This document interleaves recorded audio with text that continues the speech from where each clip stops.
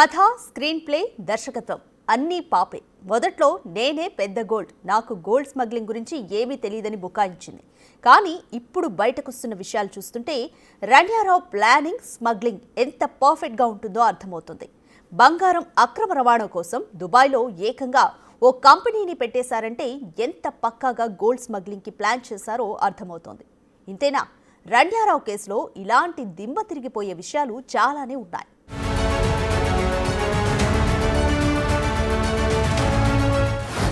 బయటికొస్తున్న golden lady బోల్డ్ secrets.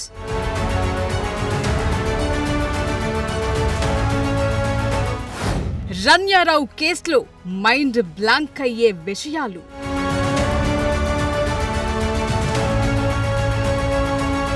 Dubai నుంచి అక్రమంగా బంగారం తరలిస్తూ అరెస్ట్ అయిన కన్నడ హీరోయిన్ రణ్యారావు కేసు అనేక మలుపులు తిరుగుతోంది. ఈ కేసును దర్యాప్తు చేస్తున్న డైరెక్టరేట్ ఆఫ్ రెవెన్యూ ఇంటెలిజెన్స్ అధికారులు విస్తుపోయే విషయాలను బయటపెట్టారు. గోల్డ్ స్మగ్లింగ్ చేస్తూ పట్టుబడ్డ రణ్యారావు మొదట్లో తనను ఈ కేసులో ఇరికించారని, బెదిరించారని, తనకేమీ సంబంధం లేదని తప్పించుకునేందుకు ప్రయత్నించారు. అయితే ఇన్వెస్టిగేషన్ చేస్తున్న కొద్దీ ఇంట్రెస్టింగ్ విషయాలన్నీ బయటకొస్తున్నాయి. రణ్యారావుకు బంగారం అక్రమ రవాణా కొత్తేమీ కాదు. కొన్నేళ్లుగా ఆమె గోల్డ్ స్మగ్లింగ్ లో కీలక పాత్ర పోషించినట్లు తెలుస్తోంది.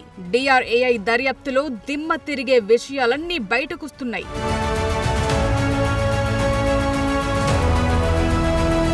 దుబాయ్ నుంచి బంగారం స్మగ్లింగ్ చేసేందుకు రణ్యారావు ఖతర్నాక్ స్కెచ్ వేసింది. అక్కడ డౌట్ లేకుండా, ఇక్కడ అనుమానం రాకుండా చాలా పక్కాగా తన స్కెచ్ ని అమలు చేసింది. డిఆర్ఐ వర్గాల ప్రకారం దుబాయ్లోకి బంగారాన్ని దిగుమతి చేసుకుని దాన్ని దుబాయ్లో పెట్టుబడిగా పెట్టి ఆ తర్వాత అక్కడి నుంచి బంగారాన్ని అక్రమంగా భారత్ కు తరలించటమే రణ్యారావు ప్లాన్. ఇందుకోసం రణ్యారావు తన స్నేహితుడైన తెలుగు యాక్టర్ తరుణ్ రాజ్ తో కలిసి 2023లోనే దుబాయ్లో విరా డైమండ్స్ ట్రేడింగ్ ఎల్ఎల్సి అనే ట్రేడింగ్ కంపెనీని స్థాపించారు. ఇందులో రణ్యానే ప్రధాన పెట్టుబడిదారు. ఈ కంపెనీ పెట్టేందుకు 8 నుంచి 10 లక్షల రూపాయల్ని ఆమె సమకూర్చింది. దీని ద్వారానే స్మగ్లింగ్ కార్యకలాపాలు నిర్వహించినట్లు డిఆర్ఐ తెలిపింది. ఈ కంపెనీ ద్వారానే రణ్యారావు అంతర్జాతీయంగా తన బంగారం అక్రమ రవాణా వ్యాపారాన్ని విస్తరించింది.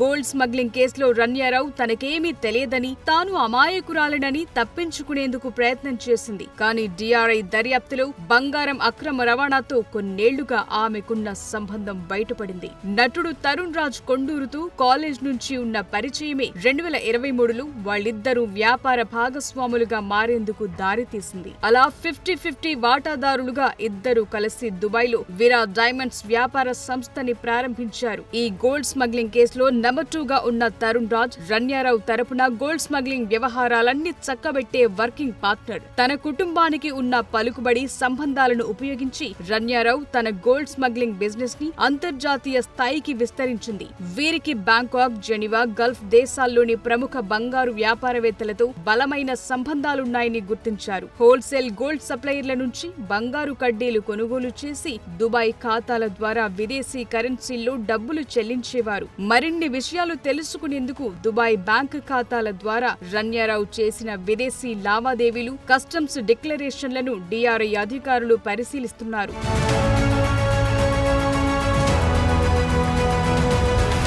గత 6 నెలల్లో రణ్యారావు 27 సార్లు దుబాయ్తో పాటు సౌదీ అరేబియా, అమెరికా, పశ్చిమాసియా, ఐరోపా దేశాలకు ప్రయాణించినట్లు డిఆర్ఐ తెలిపింది. ఈ ఏడాది జనవరి నుంచి గల్ఫ్ దేశాలకు 10 సార్లు వెళ్లింది. ఇదే ఆమె గోల్డ్ స్మగ్లింగ్ కార్యకలాపాలపై అనుమానాలను రేకెత్తించింది. రణ్యారావుకు దుబాయ్ రెసిడెన్స్ కార్డు ఉంది. అది ఆమె అక్కడ పెట్టుబడి పెట్టేందుకు, వ్యాపారం మొదలు పెట్టేందుకు పరిస్థితుల్ని సులభతరం చేసింది. అంతేకాదు ఆమెకు యుఏఈకి వీసా లేకుండా వెళ్లేందుకు కూడా ఆ రెసిడెన్స్ కార్డే వీలు కల్పించింది. దీనివల్ల తరచుగా గోల్డ్ స్మగ్లింగ్ చేయటం ఆమెకు సులువైంది. పైగా యునైటెడ్ అరబ్ ఎమిరేట్స్ లో బంగారంపై దిగుమతి సుంకం లేదు. దీన్ని ఆసరాగా చేసుకుని రణ్యారావు స్థాపించిన విరా డైమండ్స్ సంస్థ దుబాయ్లోకి బంగారాన్ని దిగుమతి చేసుకోవటంలో నిమగ్నమైంది. గతేడాది ఏప్రిల్ నుంచి జెనీవా, బ్యాంకాక్ నుంచి ఎక్కువగా బంగారం దిగుమతులు వస్తున్నట్లు తేలింది. తన business partner Tarun Raj America passport హోదాని కూడా రణ్యారావు గట్టిగానే వాడేసిందన్న ఆరోపణలున్నాయి. అతనికి కూడా కూడా వీసా అవసరం లేనందున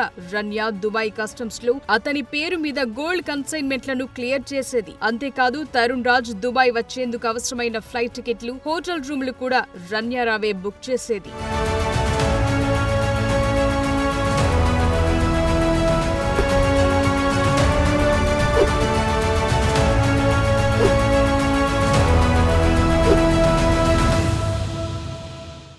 బంగారం అక్రమ రవాణాలో రన్యారావు కథలు మామూలుగా లేవు. విదేశాల్లోని గోల్డ్ వ్యాపారులతో ఉన్న సత్సంబంధాలతో ఎంత వీలైతే అంత బంగారాన్ని భారత్కు తరలించేసింది.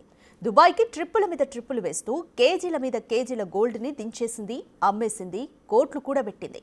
గోల్డ్ స్మగ్లింగ్ నెట్వర్క్ సంబంధం లేదంటూనే తనే ఓ గోల్డెన్ నెట్వర్క్ను ఏర్పాటు చేసుకుని మరీ ఈ అక్రమ దందాన్ని సాగించింది.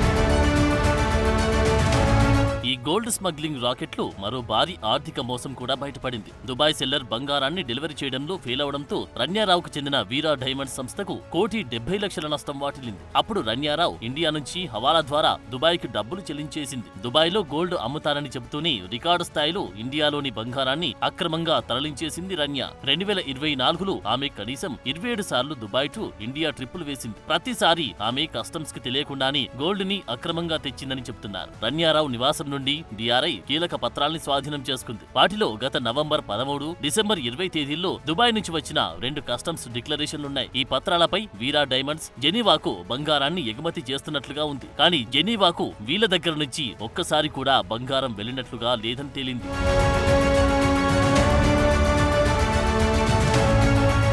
డిఆర్ఐ విచారణలో తాను కేవలం పోర్టర్ మాత్రమేనని, బంగారం తరలించమని బలవంతం చేస్తున్నారని చెప్పింది రన్యారావు. దుబాయ్ ఎయిర్పోర్ట్ లో ఎవరో అపరిచితుడు వివోఐపీ కాల్ ద్వారా తనకు ఈ గోల్డ్ కన్సైన్మెంట్ అందజేశాడని తెలిపింది. గోల్డ్ స్మగ్లింగ్ నెట్వర్క్ లో తన ప్రమేయం లేదని, బంగారాన్ని ఇలా తీసుకురావడం ఇదే మొదటిసారని చెప్పింది. కానీ ఆమెని డిఆర్ఐ అధికారులు నమ్మలేదు. తనని బలవంతంగా కేసులో ఇరికిస్తున్నారని, విచారణ సమయంలో తనపై దాడి చేశారని కూడా రన్యారావు ఆరోపించింది. అయితే ఈ కేసులో ఉన్న బంగారం అక్రమ రవాణా, ఆర్థిక వ్యాపార కార్యకలాపాలు రికార్డులన్నీ రన్యారావుకి నేరుగా లింక్ అవుతున్నాయి. ఇక రన్యారావు తన భర్త జతిన్ క్రెడిట్ కార్డ్ ని వాడి బెంగళూరు నుంచి దుబాయ్కి రౌండ్ ట్రిప్ టికెట్లని బుక్ చేసుకుంది. ఇదే ఆమెకు ఈ గోల్డ్ స్మగ్లింగ్ గురించి ముందే తెలుసని విషయాన్ని సూచించింది. దాంతో ఆమెపై అనుమానం తలెత్తింది.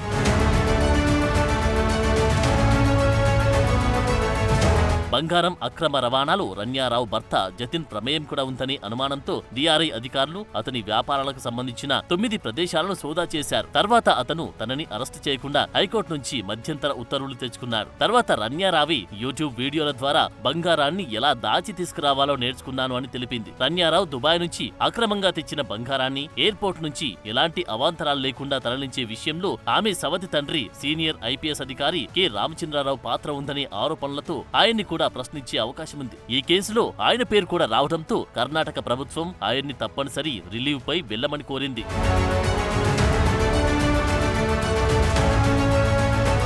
మార్చి 3వ తేదీన బెంగళూరులోని కెంపేగౌడ ఇంటర్నేషనల్ ఎయిర్పోర్ట్ లో 14.2 కిలోల బంగారాన్ని అక్రమంగా తరలిస్తూ ఉండగా రన్యారావుని అరెస్టు చేశారు. తర్వాత ఆమె నివాసంలో సోదాలు చేసి డిఆర్ఐ అధికారులు 2 కోట్ల విలువైన బంగారు ఆభరణాలు, 2,67 లక్షల నగదును గుర్తించారు. రన్యారావు తన కుటుంబానికి ఉన్న పలుకుబడిని ఉపయోగించి అధికారిక భద్రతా ప్రోటోకాల్ ని దుర్వినియోగం చేసినట్లు డిఆర్ఐ గుర్తించింది. దీనివల్ల ఆమె ఇన్నాళ్లు తనిఖీల నుంచి తప్పించుకుంది. రన్యారావుపై నమోదైన కేసు దేశ ఆర్థిక వ్యవస్థపై ప్రభావం చూపే విధంగా ఉందని, ఇది నిజమైన బంగారం వ్యాపారులకు తీవ్ర ముప్పు కలిగిస్తుందని చెబుతూ ఆర్థిక నేరాల కోర్టు ఆమె బెయిల్ పిటిషన్ ని తిరస్కరించింది. ఇక రన్యారావు గోల్డ్ స్మగ్లింగ్ వెనుక పెద్ద నెట్వర్క్ ఏమైనా ఉందా అనే కోణాల్లో డిఆర్ఐ దర్యాప్తు జరుపుతోంది. మున్ముందు ఈ కేసులో మరిన్ని విస్తుపోయే విషయాలు బయటపడతాయా అనేది కూడా ఆసక్తిగా మారింది.